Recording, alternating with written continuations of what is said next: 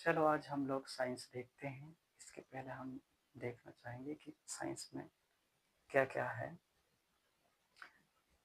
अभी सब लोगों के जो पुलिस के एडमिट कार्ड है वो आ गए होंगे। कौन सी डेट को किसका पेपर है वो पता लग चुका होगा और इसमें साइंस भी पूछा है। तो हम लोग साइंस के जो इस टॉपिक से पूछा जाता है ज़्यादातर, तो इम्पोर्टेंट और सिलेक्टेड क्वेश्चन ज़्यादा देखेंगे इसमें। जैसे विज्ञान है, विज्ञान जो साइंस है उसमें 3 सब्जेक्ट पढ़ेंगे हम। कौन कौन से? एक बायोलॉजी है, दूसरा भौतिक और तीसरा केमिस्ट्री। इनमें तीनों में देखेंगे ज़्यादातर जैसे क्वेश्चन का एरिया है। अगर 10 नंबर की जीव विज्ञान आती है तो ये 3 से 4 नंबर की केमिस्ट्री फिजिक्स आएगी, इस तरीके से। तो सबसे ज़्यादा हम लोगों को जीव विज्ञान में फोकस करना है। उसी के साथ में बॉटनी है और जूलॉजी। देखो, बायोलॉजी के 2 भाग होते हैं, बॉटनी और जूलॉजी। इन्हीं का अध्ययन करते हैं, मतलब इसमें वनस्पति का भी अध्ययन करते हैं और जंतु विज्ञान का भी अध्ययन करते हैं। बस ये देखना है हमें। तो इसमें हम लोग जीव विज्ञान के बारे में देखेंगे। जीव विज्ञान के जो जनक हैं वो अरस्तु कहलाते हैं। जीव विज्ञान के जो जनक हैं या खोजकर्ता है वो अरस्तु के ने किया था। इसमें देखते हैं हम लोग और इसमें देखेंगे। सबसे पहले हम जानेंगे कि जीव विज्ञान है इसमें किसका अध्ययन करते हैं। सबसे पहले हम अपने शरीर के अंगों के बारे में ही जानना चाहिए।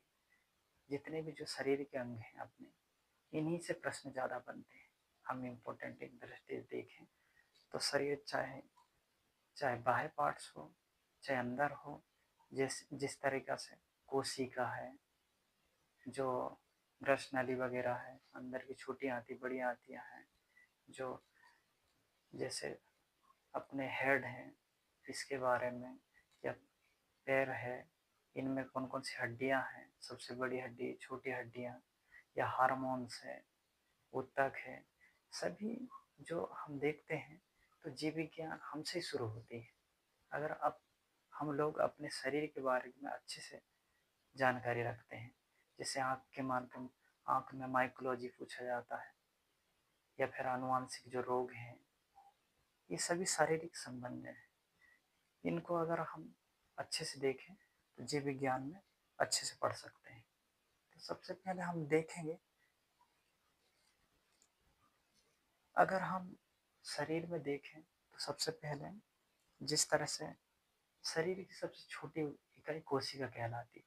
जिस प्रकार अगर हम देखें अगर घर देखें तो छोटी छोटी ईंटों से मिलकर बना होता है, उसी प्रकार शरीर भी छोटी छोटी कोशिकाओं मिलकर ऊतक बनता है। ऊतक से मिलकर अंग बनता है, अंग से मिलकर एक शरीर बनता है। इस तरह से शरीर का निर्माण होता है, फिर मनुष्य बन जाता है या किसी प्रकार जो जंतु है, ऐसा है। तो इस तरीके से देखते हैं अपन लोग। सबसे पहले हम कोशिका देखेंगे। कोशिका कोशिका क्या होती है? कोशिका छोट मतलब शरीर की सबसे छोटी इकाई होती है। और इसमें देखते हैं कोशिका कोशिका की जो खोज है वो रॉबर्ट हुक ने की है। ध्यान रहे, कोशिका की खोज रॉबर्ट हुक ने किया है। ये देख लें। और कोशिकाएं कितने प्रकार की होती है? कोशिकाएं देखो 2 प्रकारों में बांटा गया है। प्रोकैरियोटिक। प्रोकैरियोटिक का अर्थ होता है अविकसित। मतलब सबसे पहले, मतलब कि जैसे जीव जंतु का उस समय विकास हुआ होगा, जैसे हम होमोसेपियंस के बारे में करते हैं, उस समय मतलब कि विकसित नहीं रहे, अविकसित रहे होंगे, इस टाइप से। तो जो प्रोकैरियोटिक है वो अविकसित होते हैं, उनमें केंद्रक वगैरह नहीं होता, तो वो अविकसित कहलाते हैं। और यूकैरियोटिक यूकैरियोटिक का अर्थ होता है जो विकसित, जो वर्तमान में है, जो विकसित है, वो यूक्रेटिक कहलाता है। उसमें हम देखते हैं किस किस प्रकार से होते हैं। 1665 में दिया था ये रॉबर्ट हुक ने कोशिका सिद्धांत, कोशिका का सिद्धांत। और इसमें हम देखते हैं सबसे पहले ये कोशिका का चित्र रहता है। इसमें बीच में छोटे छोटे केंद्रक होते हैं, केंद्रक होते हैं, फिर झिल्लियाँ होती हैं, कोशिका छोटे छोटे द्रव होते हैं, कोशिका द्रव होते हैं, और प्लाज्मा झिल्ली होती है, फिर भित्ति होती है, केंद्रक होता है, माइटोकॉन्ड्रिया होती है, राइबोसोम होते हैं, और लाइसोसोम होते हैं, और सेंट्रोसोम और लवक होते हैं। तो हम देखते हैं कोशिका भित्ति क्या होती है। जो कोशिका भित्ति होती है वो शरीर के बाहर में जो जो स्किन है अपनी उसके साथ में रहती है, ये कोशिका भित्ति कहलाती है। साथ में जो झिल्ली होती है जो पारदर्शी रहती है वो प्लाज्मा झिल्ली कहलाती है। जैसे चौथी अवस्था प्लाज्मा झिल्ली कहा गया है। कोशिका द्रव, जैसे शरीर में हमारे पीला कलर का हल्का हल्का जैसे पस टाइप का रहता है वो कोशिका द्रव कहलाता है। केंद्रक, जो केंद्रक बीच में छोटी छोटी कोशिका जो बीच में केंद्रक होते हैं जो कार्यात्मक क्रियात्मक होते हैं वो केंद्रक कहलाते हैं। उसी प्रकार से हम देखते हैं माइटोकॉन्ड्रिया। माइटोकॉन्ड्रिया बहुत इंपॉर्टेंट क्वेश्चन है। ये कोशिका का शक्ति गृह या पावर हाउस कहलाता है। पूछा जाता है क्वेश्चन कि कोशिका का पावर हाउस किसे कहा जाता है, या फिर माइटोकॉन्ड्रिया कोशिका की जो है पावर हाउस कहलाती है। ये ध्यान रखना है। दूसरी बात राइबोसोम। राइबोसोम ये भी प्रोटीन होते हैं। ये इनकी खोज पेलर ने की थी, ये भी ध्यान रखें। और इसके बाद देखते हैं लाइसोसोम।